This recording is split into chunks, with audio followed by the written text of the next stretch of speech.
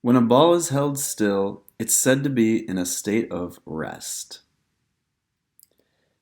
Below are two objects of different masses that are going to be dropped simultaneously from that state of rest.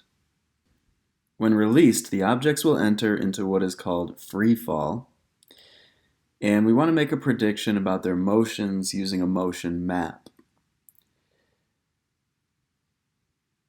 If you believe that the objects will move with constant velocity, then you'd want equal spacing between the dots, and you'd want equal size arrows throughout the entire fall.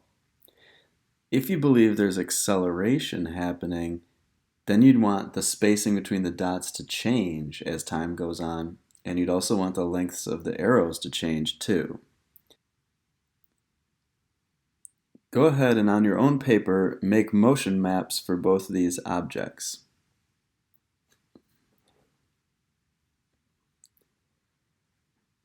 Now I'll give my answer.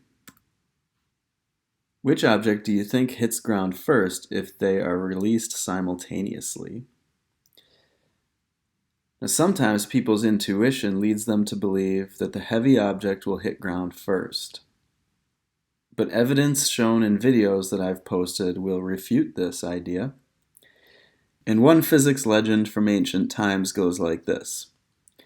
In the past, many people believed that heavy objects would achieve a higher velocity than light objects if they were dropped simultaneously from rest under equal conditions.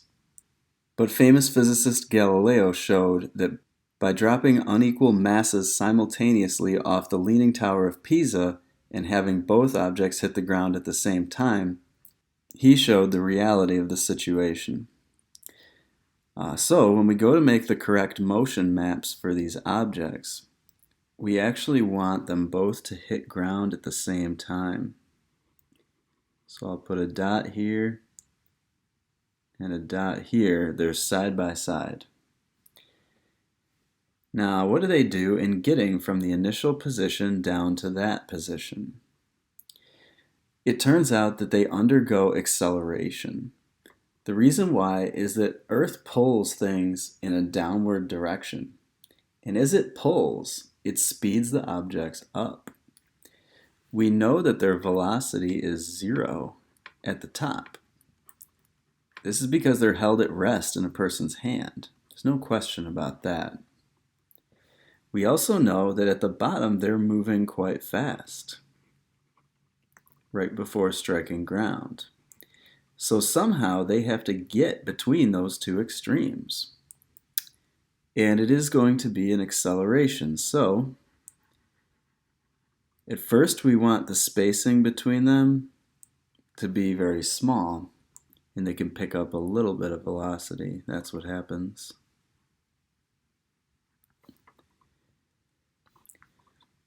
I won't put an arrow on the original dots because this is time 0, and they aren't moving when they're released. Now I want the spacing between the dots to be greater. The faster they're moving, the more distance they'll cover. And let's let their speeds increase even more now.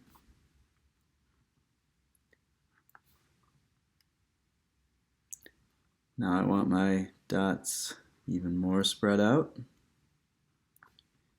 Let them pick up more speed.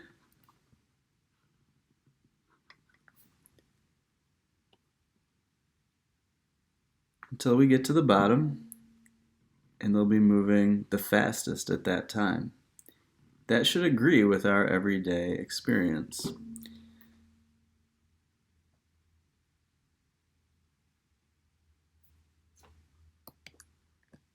Notice that for each time snapshot, the objects are side by side, meaning that they are falling at the same rate. And if we use a camera to record objects falling side by side, this is what we'll see, as long as there's negligible air resistance.